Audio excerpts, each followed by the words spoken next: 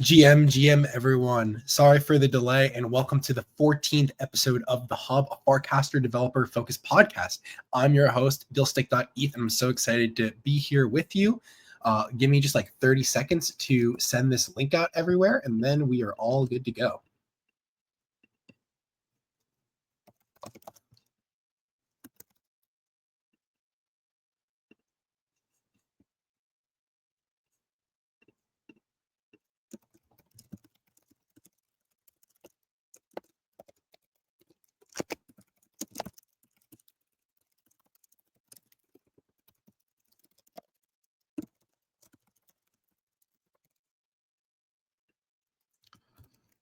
All right.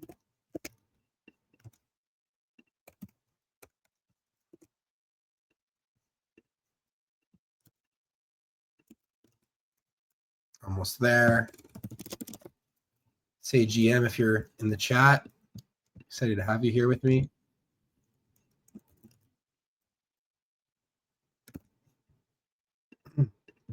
All right, we have a lot to get through today in a short amount of time. First of all, just really appreciate everyone joining. Apologies for the delay today and also the past 2 weeks. You know, there was ETH Denver. I was starting a new role, all that sort of stuff. But there's been a lot of really exciting stuff going on, and I just want to get through all of it. So let's start without further ado.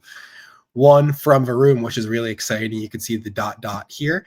And it is because of SnapChain. It looks like SnapChain is moving along pretty quickly. He's running it. Some other folks are running it. I forget who else, but someone else posted a link. One thing I'll note that I find cool is you can see here, it says snap_read. To me, that implies the presence of snap_write, which means that the new SnapChain is going to be broken up. I believe I had heard this. I hope it's going to be true still, into two different types of hubs or snap chains or nodes or however they're calling it, where you have these nodes that are read operators like this one that Varun is running, and then a very small number of write operators for actually signing and posting messages to the protocol. I think the good thing about the read operators is hopefully it's going to make it even easier for everyone to run that node locally, do stuff with it, have writes, potentially even cheaper than kind of the whatever setup they're using right now. So exciting to follow the progress here. Earn rewards for inviting users to Farcaster. So as I'm sure everyone is aware, Merkle has made some pretty exciting hires recently. To go over a couple, they hired Ted, needs no introduction. They hired Daniel and Linda from Bountycaster.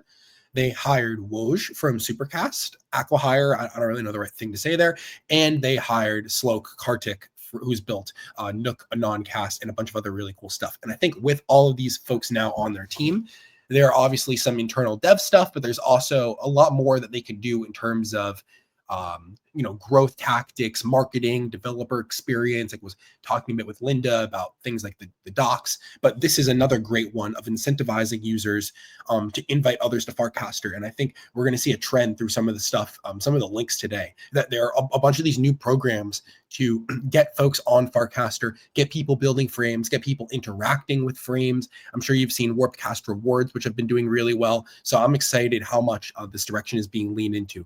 But as a TLDR here, the top 50 inviters each week earn rewards. The points are based on the number and quality of the users. I guess that uses the Warpcast spam labels, filters, and reward pool is $1,000 distributed proportionally. So if you want to, you can invite folks. You can do that on web or mobile. Pretty sure there were also 2 free invites given out the other week to everyone. Another really exciting thing is Based House. So I had the pleasure of staying at Based House at ETH Denver last year. It was organized mainly by Luciano, Samuel Huber, and Rafi. And just grateful that they organized it. Grateful that we got support from Base, Jesse, and others, and also folks who helped us with the hackathon, such as Swan, Degen, and MBD, who put up the bounties. It was an amazing time. My quick personal overview is it was just a really nice group of people. Everyone was super warm, helped each other out with their code. We're talking through projects, and a couple of folks in particular I saw maybe coming from newer backgrounds, pushing the limits for how much time they can put into coding, and that was just awesome. So seeing all of that, seeing all the events we had, everyone coming through the space, it really did just feel like a small little family, and it was awesome to me. It was a really great experience.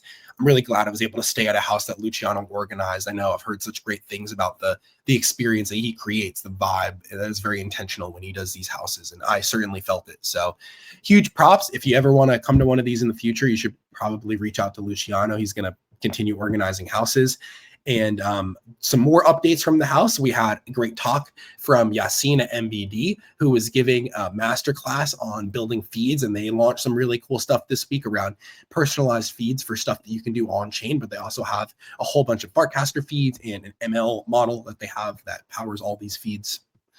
And then we also had a great talk from the man, the myth, the legend, the unofficial Farcaster DevRel, Samuel Huber, who was going over building Farcaster frames and showing not only his slide, but also all of the docs that he has been masterfully building, crafting.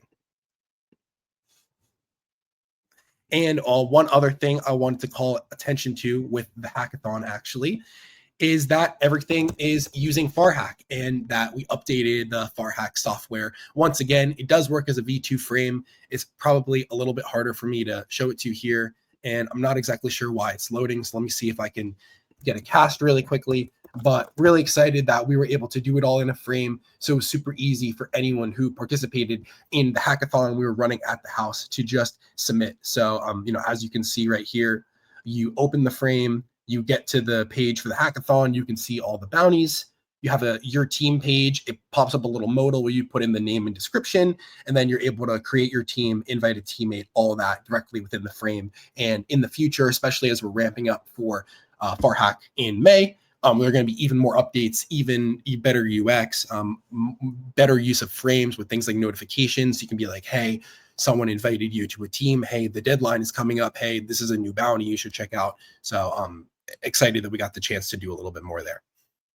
Another fun one is Dan and also Dylan from Crypto the Game / Uniswap now had announced that the next, I guess, season 3 of Crypto the Game is going to be running in a V2 frame. And this just came out literally 15 minutes ago. So you can mint your NFT here. I'm going to do this right after we get off air and try it out. But really cool that folks are, again, leaning into V2 frames. Props to Dan and others for pushing teams to add it. I think it's just great distribution, and excited to see these success stories so that we have even more momentum for new folks to convert their apps to frames or build new frames altogether. And then another thing is the new leaderboard links. So as I was talking about earlier, the invites have a leaderboard. You can check the link out here. I haven't sent any invites yet. But then the other new leaderboard is for frames. So if you're a frame developer, the top 25 frames will earn some USDC. I forget how much it is. Like it's like 25. Okay, $1,000 reward pool split among the top 25 frames. So if you drove this percentage at like $100, it seems like you can get a solid amount. I'm trying to get my frames in there, but some good examples. Let me see. I forget where, but Dan had casted, some good things you should do are use notifications and have an on-chain element. And maybe there's some other stuff, but I think those are 2 really good starting points for how to do a little bit more with your frame. And as someone who has built a bunch of frames myself, that is definitely something I need to spend some time doing on the weekend, is upping the, I don't even want to say gamification, but just all the different Legos I could use to bring more retention to my frame. Adding on to this, there are these new ticker pages inside of Warpcast. If you put in like hi or whatever, it will bring you there. You can trade it with your Warplet, swap it on mobile. Now you also have trending notifications, experimenting with, hey, your friends have bought this token in the past hour, etc. If you remember a year or 2 ago, Warpcast also had notifications for things like proposals and DAOs that were super helpful for Purple, for example. And this is obviously much more of a meta now. And so I'm excited they're leaning into this. And as always, just curious to see where it goes. But great times for Warpcast. I really like what they're doing and building. Another thing, so I was at ETH Denver. I was at this meetup. It was amazing, as always. Such great folks. They were really cool. Sections like the Farcade people were there. Moshi was there. I think maybe POAP was there.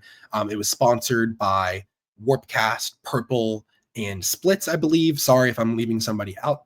out there, it's definitely at least those three. And Ted, 10 is in this picture. Everyone gave her a really nice congrats for her new role. And Tim from Bracket gave a really nice speech. Shout out to him. And shout out as always to Graham McBain and Matthew, who organized this, who have organized the past 2 or 3 events. Really appreciative for them. Such nice guys who have gotten to know over the past couple of years, and takes a lot of work to do any sort of event, especially at ETH Denver. So again, props to them. And great to just see so many of you, meet new faces, talk with folks. It's always my highlight is, being with Farcaster people. It almost made me think, what if we had an ETH Denver, but for Farcaster folks? I don't know what that would look like. Well, we'll have to see. Okay, so another thing is now there are these green halos that show up for brand new users, adding on to the different marketing and retentive methods to just make Warpcast better. Is now when you are a new user, I'm pretty sure you see a green halo, similarly to how when you fund your Warplet, you see a purple halo, all just fun social signals. From Lamone, wanted to call more attention to this. If you're building a frame, you should apply to Just Frame It by March 16th. It is a 6-team build-a-thon. We'll grow, ship, and find users with these great sponsors, Base, Purple, Warpcast, Splits. And if you know Lamone, he is a legend in the Farcaster developer ecosystem, a great builder. So I highly, highly recommend applying to this. Oh, another thing that I wanted to call attention to from Jacopo, so much has happened these past couple of weeks. It's actually kind of crazy. Jacopo announced AppCon, which is in Milan from April 7th to 13th, and it is an entire week dedicated to showcasing the top Ethereum apps and experiences to a non-crypto audience. Farcaster is the exclusive social network, and I believe that Farcaster Merkle is partnering in some way with this event. I don't really know what that looks like. I have to check my schedule. I'm really not sure if I can actually make this. If I can, I think it would be really sick. You should definitely try and go as well. But props to Jacopo, another great community member, and cool again that there's just like so much going on in the community right now. It feels like these past couple of weeks in particular has been like half a year. All right, let's close it off with a couple more fun things. One from Phil. I said this, that would be cool to have amps.fun, but for trying out V2 frames, like if you could actually tell that they did try your frame, like a metric from the frame, for example. But if you don't know, amps.fun is a great product from Phil where you can essentially micro-pay people to recast your cast. A lot of parts of it are great, and he's done some cool technical stuff so you can actually like do this in a V2 frame. So props Phil, who's again also building a lot of really cool stuff and scrappy with it and talking to users, and yeah, props to him. Another thing I wanted to call attention to, I think there's a cool, Winnie mentioned this, there's a cool opportunity for a V2 frame of like the location feature and kind of the casual, I'm in New York City for a month sort of thing. I think it's not showing, like you're not setting a status right now. You're not being like, I'm in New York and oh, by the way, I'm going to be here for a month. But I do think, and I say this a lot, but all these opportunities where something isn't fully built into a client or a protocol, but enough of the data is there that you can do something with it, is a great place for you to build a V2 frame to really max out the idea capital or the limit of that idea. And if you can do it in a V2 frame with all of these retentive methods, then maybe you can push for something bigger, or then maybe a Warpcast would even get on their radar. But that's a great place to start. And I think someone should build something like this, even if it's just like add an off-chain status like message to when you're setting your location, and then have some social mechanism around which of my friends are in town for a month or something like that. And I did also see Matthew say something like, oh, I missed a friend's map for seeing like which of my friends are at the airport for ETH Denver. So there is definitely some truth to like that data if you can like crack the social mechanism right. And then the final thing, I said it was going to be short today, is finding bounties. If you want to on tap, you can also still chat and you can still watch videos. It isn't something I've particularly updated that much recently, and I'm not sure why it's showing right now. Here we go. But yeah, you can still watch videos on here. It is showing you trending videos from Farcaster. You can chat with it. I guess I'm logged out right now, but that is all still up. Would definitely appreciate if you engage with my frame, and I think it's still like a cool tool. So just shedding light on that a little bit, and I had posted about it with the Farhack stuff, and GM Crypto Sapiens. Really great to have you here. Appreciate the comment. All right. Well, without further ado, that is the speed episode for this week. Sorry, this is a little bit shorter, and sorry I wasn't here last week. I just wanted to make sure that this week we get through all of the content because there's a lot of content, and the weeks following, I think we're going to have a little bit more guest content. So again, just wanted to make sure we get through everything here. There's some really exciting stuff. So just starting your Thursday off with an action pass, agenda. Thank you again to everyone for listening live, for listening to the recording. I hope you were able to find this overview helpful. I certainly find it helpful to sit here and talk through all this stuff, especially again when these past couple weeks in particular just been so much going on. So thanks again, everyone. Continue building. Let me know if I can help with anything, and have a great rest of your Thursday.